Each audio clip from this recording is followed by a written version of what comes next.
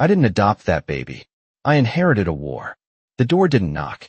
It broke the silence. Not loud. Not violent. Just final. The kind of sound that makes your lungs forget how to work. I was standing in the middle of my living room, barefoot on cold hardwood, holding a 6-day-old baby against my chest. His breathing was soft, warm, real. The only real thing left in my world after Sophie died. My little sister. Gone in a hospital room that still smelled like antiseptic and regret. 3 days ago, I signed the papers. 3 days ago, I promised I would protect him. No matter what. No matter who came asking. I didn't know how quickly that promise would be tested. The first man stepped inside like he already owned the place. Dark suit. No rush. No noise. Just presence. Then another. And another. 6 in total. They didn't speak. They didn't need to. The air changed around them. Heavy. Controlled. Like everything in the room now followed a different set of rules. My arms tightened around the baby instinctively. He stirred, letting out a small sound. Barely a cry, more like a question. It echoed in the silence. And then he walked in, taller than the others. Not just in height, but in the way space moved around him. Like the room adjusted itself to fit him better. Black coat. Tailored. Clean lines. No wasted motion. His eyes found me immediately. Not searching. Not scanning. Just landing. Like he already knew where I would be. I swallowed, my throat dry. You have the wrong house, I said, my voice quieter than I intended. He didn't answer right away. His gaze dropped. Not to me. To the baby. And something shifted in his expression. Not softness. Not warmth. Something deeper. Something dangerous because it wasn't loud. It was certain. No. He said finally, voice low, steady. I don't. The baby shifted again in my arms, his tiny fingers curling into the fabric of my shirt like he knew I was all he had. I adjusted him gently, pressing my cheek against the top of his head, breathing him in. Milk. Soap. Life. You need to leave, I said, firmer this time. There's nothing here for you. The man took one step closer. Just one. But it closed the distance in a way that made my pulse spike. Not fast. Heavy. Like each beat had weight now. His eyes didn't leave the baby. That's where you're wrong. I felt it before I understood it. That cold line running down my spine. The kind of instinct you don't argue with. Who are you? I asked. He finally looked at me then. And for a second, I couldn't breathe. Not because he was handsome. He was. But that wasn't it. It was the way he looked at me like I was part of something already decided. Like I had stepped into a story that had been written long before I knew it existed. Luca Romano, he said. The name meant nothing to me. But the room reacted to it. The men behind him straightened slightly. Not fear. Respect. The kind that doesn't get questioned. My grip tightened around the baby. You need to go, Mr. Romano. Another step. Closer now. Close enough that I could see the faint scar near his eyebrow. Close enough to feel the calm coming off him like it was practiced. Controlled. He's mine. The words didn't hit me all at once. They sank in slowly. Like cold water rising. No. I said immediately, shaking my head. No, you're mistaken. His father is me. Silence. Total. Complete. Even the baby stilled, like the world paused to listen. I laughed. A short, breathless sound that didn't belong to me. That's not possible. Luca didn't argue. Didn't raise his voice. He just watched me. And that was worse. 3 nights before your sister disappeared. He said, each word precise. She came to me. My heart skipped. Then slammed back harder. You're lying. I don't lie about blood. My arms trembled slightly. I adjusted the baby again, holding him closer, like proximity could rewrite reality. You don't get to walk in here and claim him, I said, my voice breaking despite me fighting it. I'm his mother now. Something flickered in his eyes at that. Not anger. Not quite. Something sharper. More complicated. He stepped closer. Close enough now that if I moved, I'd be touching him. But I didn't move. I couldn't. His gaze dropped to the baby again. And this time his hand lifted. Slowly. Not reaching to take. Just hovering. Inches away. Careful. Like even he understood there were lines. He's my blood, Lucas said quietly. Then his eyes lifted back to mine. And everything in me went. Still. But you a pause. Just long enough to change everything. You're the reason he's alive. My fingers did not loosen. Not even an inch. I held him closer, feeling the steady rhythm of his breathing against my chest like it was the only thing keeping me standing. That does not change anything, I said, forcing the words out slowly, carefully, as if saying them wrong would make them less true. Luca did not move. He did not reach again, but his presence filled the space between us, heavy and undeniable. It changes everything, he replied. His voice was calm, too calm. The kind of calm that did not need to convince anyone because it already knew the outcome. I shook my head, a small movement, but it felt like defiance. You were not there, I said. You were not in that hospital room. You did not hear her call my name. You did not watch her. My voice caught, and I swallowed hard, forcing it back down. I would not break. Not in front of him. Not now. The baby shifted again, his tiny hand pressing against my collarbone, and I adjusted him gently, instinctively, like my body already knew what to do even if my mind was still catching up. Luca's eyes followed the movement. Not possessive. Not yet. Observing. Calculating. But there was something else there now. Something quieter. What is his name? He asked. The question caught me off guard. I blinked, my grip tightening slightly. Daniel, I said after a second. Her name was Sophie. She wanted him to have something simple. Something safe. The word felt fragile the moment it left my lips. Safe did not exist in this room. Not anymore. Luca nodded once, slow, like he was storing the name somewhere important. Daniel, he repeated, softer. The way he said it made my chest tighten, like the name meant something different coming from him. You do not get to decide that. I said quickly, stepping back half a step, creating distance even though it felt impossible to escape him entirely. You do not get to just walk in and take him because of blood. His gaze lifted back to mine, sharp now. Focused. Blood is not something you dismiss, he said. It is not paperwork. It is not a signature. I felt something spark in my chest at that. Anger. Real, grounding. Anger. And love is not something you claim. I shot back. It is not something you announce and expect people to hand over. The room stilled again. Even the men behind him seemed to disappear into the background, like this moment existed only between us. Luca studied me, really studied me this time. Not like before. Not like he was assessing a situation. Like he was trying to understand something. You think I am here to take him from you, he said. It was not a question. I let out a breath that felt like it had been sitting in my lungs for minutes. I know you are, I answered. Silence stretched between us. Heavy. Then, unexpectedly, he stepped back. Just one step. But it shifted everything. The tension did not disappear. It changed shape. If I wanted to take him, Lucas said quietly, you would not be holding him right now. The words were not a threat. That was what made them worse. They were a statement. A fact delivered without emotion. My heart pounded harder, but I did not move. I did not let go. I could not. Then why are you here? I asked. He looked at Daniel again. This time longer. His expression unreadable, but not empty. Never empty. Because, he said slowly, someone out there already knows he exists. A cold wave moved through me, sharp and immediate. What does that mean? Luca's jaw tightened slightly, the only sign of strain I had seen from him. It means, he said, your sister did not live in a world that forgets things like this. My stomach dropped. I thought of Sophie. Of the things she never explained. Of the nights she came home late, quiet, distant.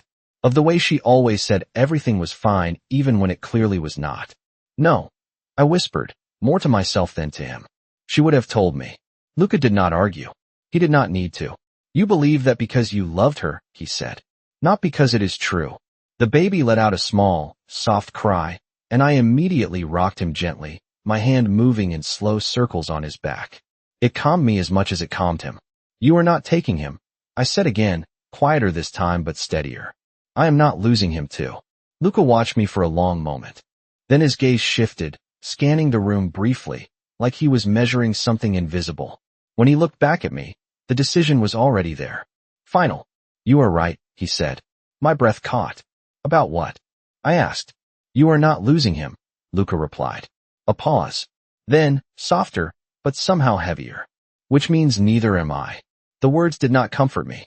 They settled in the room like something permanent, something that could not be undone. I tightened my hold on Daniel, feeling his warmth seep into me like a shield I was not ready to lose. That is not your decision, I said, but my voice did not sound as strong as before. Luca noticed. Of course he did. He noticed everything. His gaze softened for half a second, not in kindness, but in understanding. It is already happening, he said quietly. I frowned, my chest tightening. What is? For the first time since he walked in, Luca looked away from me. Not distracted. Focused elsewhere. He nodded once toward one of the men behind him. The man stepped forward and placed a thin black folder on the edge of my kitchen counter like it had always belonged there. I did not move at first. I did not want to look at it. Because something inside me already knew that whatever was inside would change everything again. Open it, Lucas said. Not a command. Not quite a request either. Something in between. I hesitated, then slowly shifted Daniel to one arm, keeping him close while my free hand reached for the folder. My fingers brushed the surface. Smooth. Cold. I opened it. Papers. Photos. Dates. My eyes moved quickly at first, trying to make sense of it. Then slower. Much slower. A picture of Sophie. Not from our home. Not from anything I recognized. She was standing beside Luca. Not touching him, but close enough that it meant something. Her expression was different. Not the tired, quiet version of her I knew. This Sophie looked certain. I swallowed hard, flipping to the next page. Hospital records. Private. Names I did not recognize. Then one line that made my stomach drop. Estimated conception date. My hand trembled slightly. No. I whispered, shaking my head even as my eyes stayed locked on the page. No, this is not real. Lucas stepped closer again, but slower this time. Careful. Like he understood that whatever space existed between us was fragile. I verified everything before I came here, he said. I do not make claims without proof. I looked up at him, my vision slightly blurred. She never told me. I said. She never said anything about you. His expression shifted again, something darker moving beneath the surface. Not anger directed at me. Something older. She would not, he said. Not with the way things were. That only made it worse. What does that mean? I demanded, my voice rising despite myself. Daniel stirred again, and I immediately softened, rocking him gently, whispering under my breath until he settled. My world had narrowed to him, to keeping him calm. Safe. Luca watched that carefully. Every movement. Every instinct. It means, he said slowly, she was trying to keep him away from my world. The words landed hard. And now you are here, I said, almost accusing, bringing that world to my door. Silence followed. Not denial. Not defense. Just truth sitting between us. My grip tightened again. Then you need to leave, I said, more urgent now. If what you are saying is true, then you being here only makes things worse. Luca's jaw tightened slightly. No, he said. Me not being here is what makes it worse. I stared at him, searching his face for anything that looked like doubt. I did not find any. You said someone knows, I whispered. Who? Luca held my gaze for a long moment. Then, carefully, he answered. People who do not ask before they take. A chill ran through me, sharper than anything before. I am not letting anyone take him, I said immediately, pulling Daniel closer again, my body reacting before my mind could catch up. Luca's eyes flickered at that. Not surprised. Almost resolved. That is why I am here, he said. I shook my head again, overwhelmed, trying to find something solid to hold on to in a situation that felt like it was slipping through my fingers. I do not know you, I said. I do not trust you. You do not have to, Luca replied. A pause. Then, quieter. But you will need me. The words hung in the air, heavy and unavoidable. I looked down at Daniel, at his small face, peaceful and unaware of everything shifting around him. My heart ached with something fierce and protective. When I looked back up at Luca, something inside me had changed. Not acceptance, not trust, but awareness. If I let you stay, I said slowly, each word measured, it is not because you have any right to him. Luca did not interrupt. He just watched. It is because I do not have a choice, I finished. For the first time, something almost like approval flickered in his eyes. Not satisfaction. Not victory. Something quieter. No, he said softly. You do not. I did not remember telling them they could stay, but no one left. The men moved without speaking, quiet and precise, spreading through my apartment like shadows that had learned the layout faster than I ever had. One near the window, one by the door, another somewhere behind me that I could feel without seeing.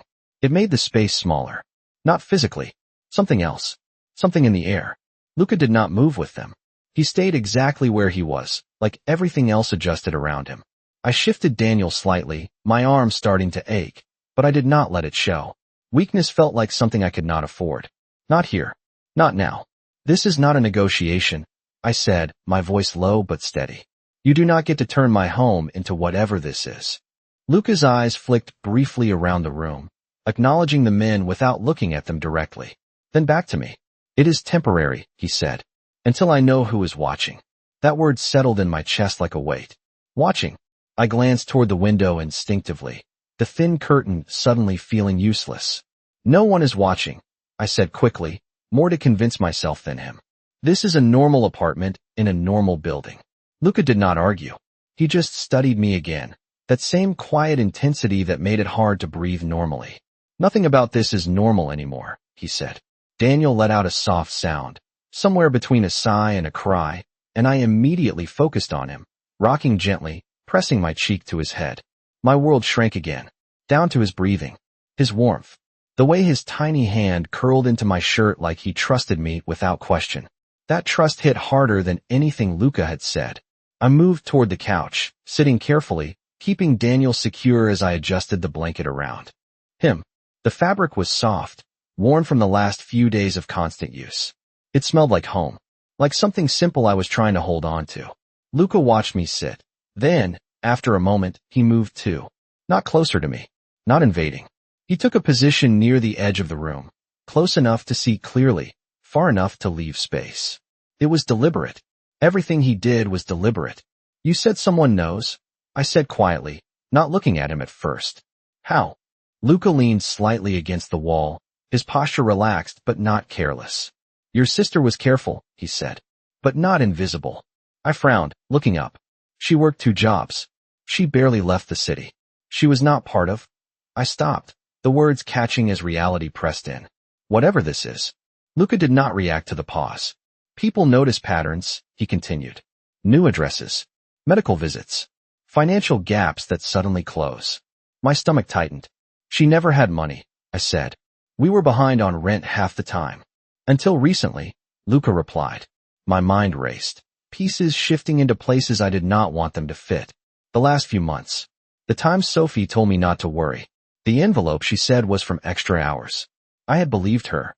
Of course I had. She was my sister. You helped her, I said slowly, the realization forming like something fragile and sharp. Luca's gaze did not waver. Yes. The word was simple. Final. I looked down at Daniel again, my chest tightening. Then you are the reason she got pulled into this, I said, my voice quieter now, but heavier. Luca pushed off the wall slightly, not stepping closer, but no longer fully at a distance. No, he said. I am the reason she had a way out. I shook my head, overwhelmed, the lines between truth and blame blurring too fast. She is gone, I whispered. There is no way out. Silence followed that. Not empty. Heavy. Luca did not interrupt. Did not try to correct me. For a moment, the room felt still in a different way. Less tense. More real. Then Daniel shifted again, his small face scrunching slightly, and I instinctively adjusted, murmuring softly to him. He calmed almost immediately. Luca watched that closely. Always watching. He responds to you, Luca said after a moment. I looked up, my eyes narrowing slightly. Of course he does. I am the one holding him. Luca's expression did not change, but something in his gaze deepened. No, he said. It is more than that. I did not know how to respond to that. I did not want to explore what he meant, because it felt like another thread pulling me deeper into something I was not ready to understand. You can stay, I said finally, the words tasting strange but necessary. For now, but there are rules. Luca tilted his head slightly, waiting. I took a breath, steadying myself. You do not take him. You do not move him. You do not make decisions about him without me. My voice strengthened with each word, grounding me again. This is still my home. Luca held my gaze for a long second. Then he nodded once. For now, he said. The echo of his words lingered longer than I wanted them to, because something in me understood what he did not say. Nothing about this was going to stay the same. Sleep did not come that night. Not really. It came in fragments. 10 minutes here. 5 minutes there. The kind of sleep where your body shuts down, but your mind stays standing guard. I stayed on the couch, Daniel curled against my chest, his small breath steady and soft like a rhythm I refused to lose. The apartment felt different in the dark. Not quieter. Just watched. I could hear movement sometimes. Subtle. Controlled. One of the men shifting near the window. Another adjusting position by the door. Never loud enough to startle. Just enough to remind me they were still there. That none of this had been a dream. Luca had not left. He had not even tried to rest. At some point, I looked up and saw him standing near the window, his silhouette still against the faint city glow. He did not move for minutes at a time. Just watched. Like he was waiting for something the rest of us could not see yet. I tightened my hold on Daniel instinctively. My arm had gone numb hours ago, but I refused to shift him more than necessary. Every time I adjusted, he stirred slightly, and each small movement felt like a risk. Like if I let go for even a second, something would change. Around 3 in the morning, the city outside softened. Traffic thinned. Lights flickered off one by one in the building across from mine. Normal life, continuing somewhere out there, completely unaware that mine had split into something unrecognizable. I closed my eyes for a moment, just a moment, pressing my cheek against Daniel's head. Warm. Safe. Mine. The thought came automatically. And just as quickly, another followed. Not just mine. I opened my eyes again. Luca had not moved. Not really. But something about him felt sharper now. More focused. Like the quiet had given him something to listen to. Do you ever stop watching? I asked, my voice barely above a whisper, but it cut through the silence anyway. He did not turn right away. No, he said. Simple. Honest. That answer should not have meant anything. But it did. Because it told me this was not temporary for him. This was how he lived. Always aware. Always waiting. I shifted slightly, careful not to wake Daniel, and finally stood, my legs protesting after hours in the same position. I moved slowly toward the small kitchen, keeping the baby close as I reached for a bottle. The movement felt normal. Routine. A question. I shook my head lightly. No, I answered. I just figured it out. He studied me like that answer mattered more than it should. Most people do not, he said. I looked down at Daniel, watching him drink, his tiny fingers curling and uncurling like he was holding on to something invisible. Most people are not handed a life and told not to drop it, I said quietly. Luca did not respond right away. When I looked up, he was already watching me differently. Not assessing. Not calculating. Something else. Something I did not have a name for yet. You did not drop him, he said finally. The words were simple, but they landed harder than anything else that night.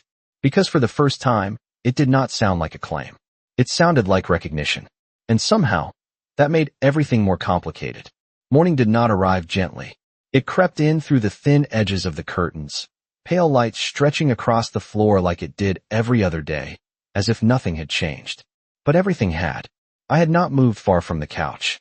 At some point, I must have dozed off sitting upright, because I woke with a sharp inhale, my arms tightening instantly around Daniel before I was even fully aware. He was still there. Warm. Breathing. Safe. For now.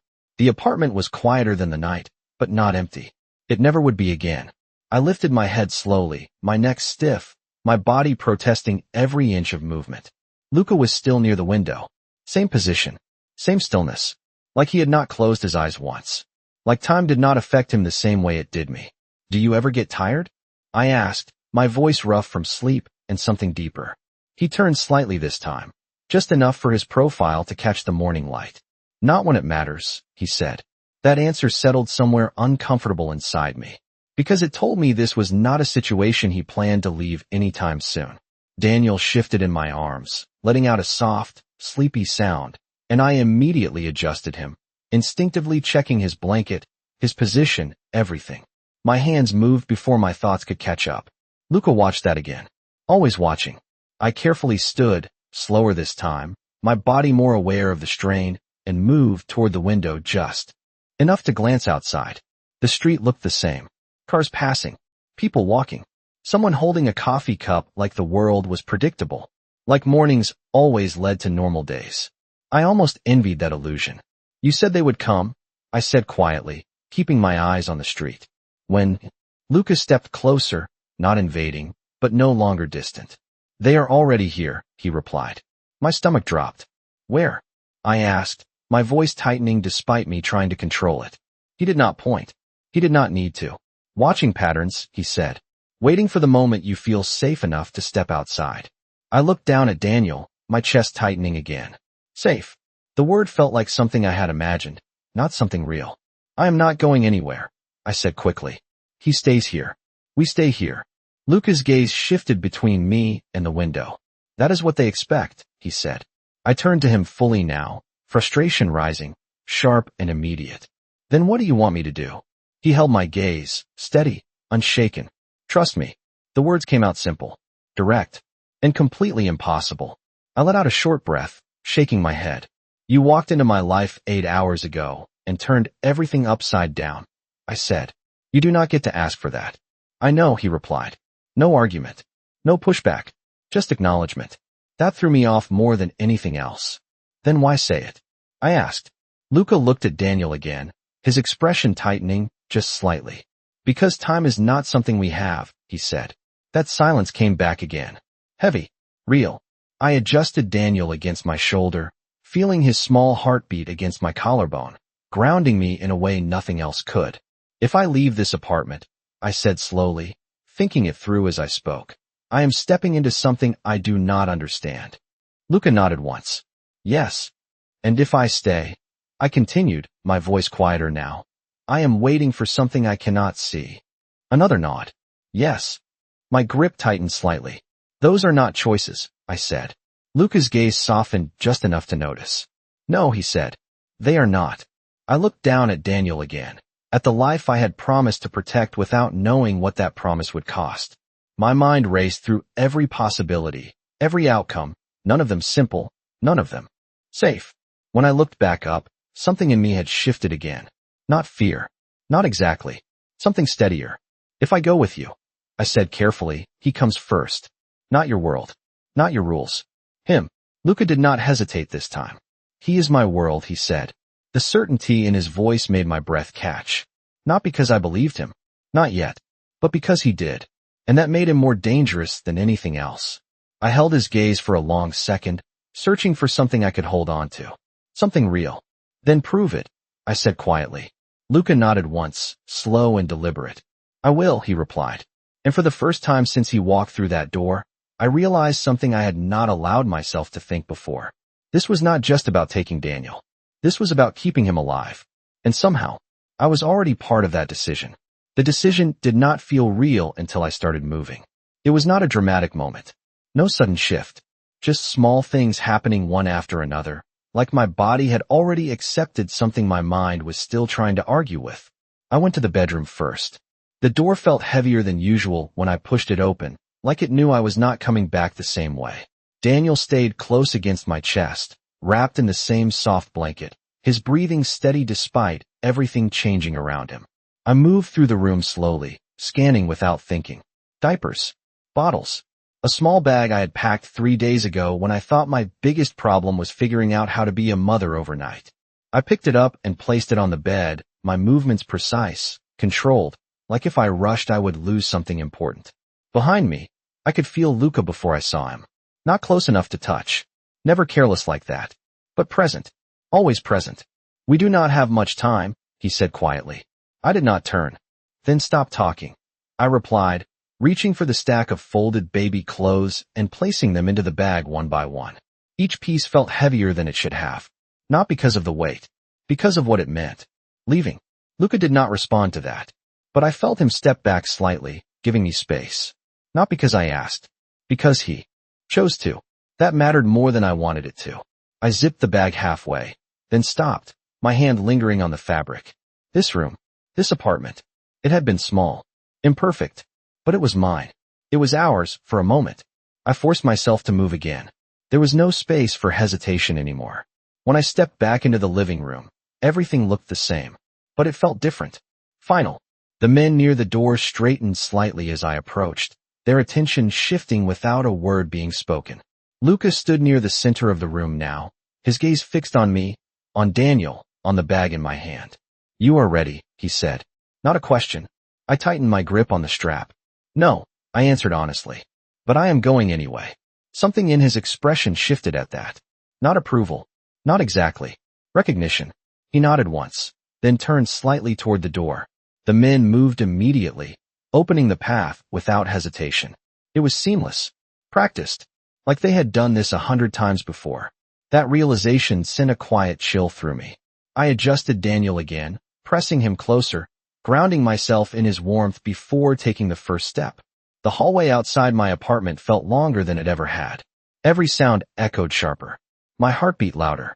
Each step measured, deliberate, like I was walking into something I could not see but could already feel. Lucas stayed beside me. Not ahead, not behind, beside, close enough that I was aware of him with every breath. Far enough that I still had space to move on my own. The balance was intentional. I noticed that now. The elevator doors opened with a soft chime that felt too normal for a moment like this. We stepped inside. The space closed around us, smaller, tighter. I could feel the shift in the air again. Controlled. Contained.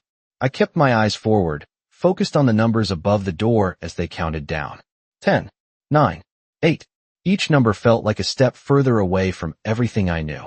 Once we leave this building, Lucas said quietly, his voice steady in the confined space, "You do not look back." I did not answer right away. I watched the numbers continue to fall. 5, 4, 3.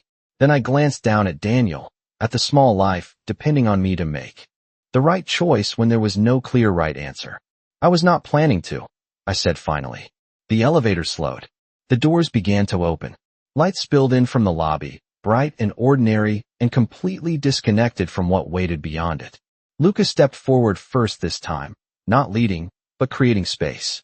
I followed, because at some point between the night and the morning, between fear and decision, I had realized something I could not ignore anymore.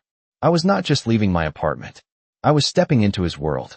And there was no version of this where I walked out the same person I was before. The lobby felt too normal for what was happening. Sunlight streamed through the glass doors, reflecting off polished tile floors, catching on people moving in and out like it was just another morning. Someone laughed near the front desk. A delivery guy adjusted a stack of boxes by the elevator. Life moved forward, unaware. I stepped out beside Luca. Daniel held close against my chest, my grip firm enough to remind myself he was real. That this was real. The men spread out subtly, not blocking, not drawing attention, but creating space around us that others seemed to instinctively avoid without knowing why. I noticed that. The way people shifted half an inch, a step to the side, a quiet adjustment that made a clear path without anyone saying a word. Power did not always need to be loud. Sometimes it just existed, and everything else moved around it. We reached the doors. Luca paused for half a second, his gaze sweeping the street beyond the glass, sharp and controlled. I followed his line of sight. Cars passed. A woman walked her dog. A man checked his phone at the curb. Nothing looked wrong. That made it worse. "Stay close," Lucas said quietly. Not a command. A fact. I did not argue. I stepped through the doors beside him, the morning air hitting my face, cool and clean, carrying the scent of coffee from a shop down the block. It should have felt familiar. Instead, it felt like stepping onto a stage where I did not know the script. A black SUV waited at the curb. Engine running. Door already opened before we reached it. Timing that felt too precise to be coincidence. Luca guided the space beside me again, not touching, but directing with presence alone. I moved with him, sliding into the back seat carefully, keeping Daniel secure as I adjusted the bag at my feet. The door closed with a soft, final sound that echoed louder in my chest than it should have. Luca followed, sitting beside me. Close now. Closer than before. The car pulled away immediately. No hesitation. No delay. The city began to move past the window in smooth lines, buildings blending into one another, familiar streets turning into something distant faster than I was ready for. I kept my eyes forward at first, focusing on Daniel, on the steady rise and fall of his chest, on the small, quiet sounds he made as he settled again. That grounded me. It had to. After a minute, I glanced up. Luca was watching the side mirror, his attention split between the road behind us and the world ahead. Always aware.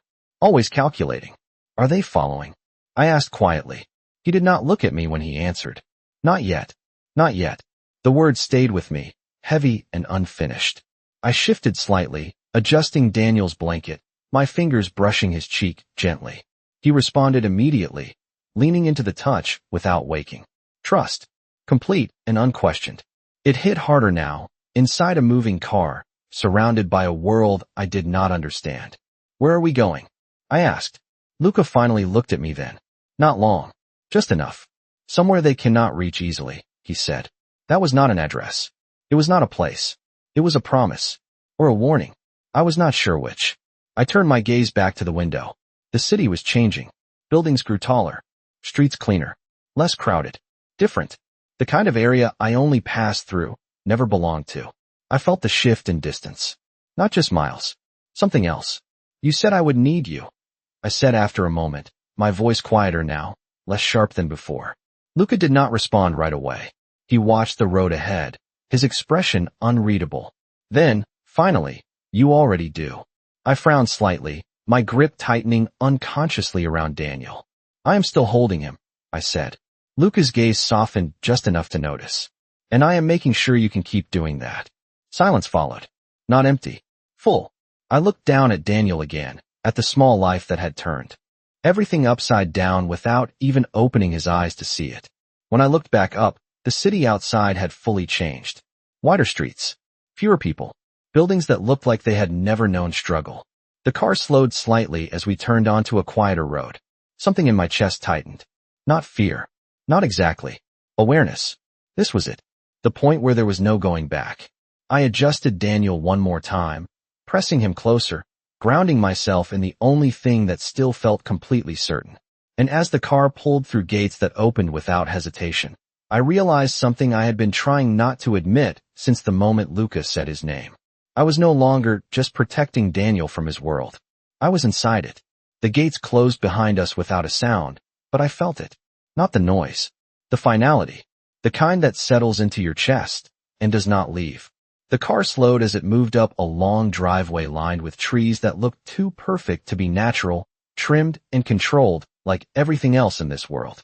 I kept my eyes forward, but my focus stayed on Daniel, on the steady rhythm of his breathing, on the small weight of him grounding me in a place that did not feel like mine. The house came into view slowly. Not a house. Something larger. Clean lines. Glass and stone. Quiet power without needing to announce itself. The car stopped. No rush. No urgency. Just precision. Luca stepped out first this time, moving around to my side before I could reach for the door. He opened it without a word. I hesitated for half a second, then stepped out, adjusting Daniel instinctively as the air shifted around us. It was quieter here. Not empty. Controlled. Like even the wind knew better than to disturb anything. I glanced around quickly, taking in the details without trying to understand them. Cameras I could not quite see, but could feel. Movement at the edges. People who were there, but not in the way. Always present. Always aware. Lucas stood beside me again. Close enough to guide. Not touching. Never forcing. Inside, he said quietly. I followed. Because there was nowhere else to go. The doors opened before we reached them. Of course they did. Inside was brighter than I expected. Natural light filling the space, reflecting. Off polished surfaces that felt untouched by time. It did not feel like a home. Not yet. It felt like something waiting. I adjusted Daniel again, my fingers brushing his cheek as I stepped further in, my senses trying to catch up with everything at once.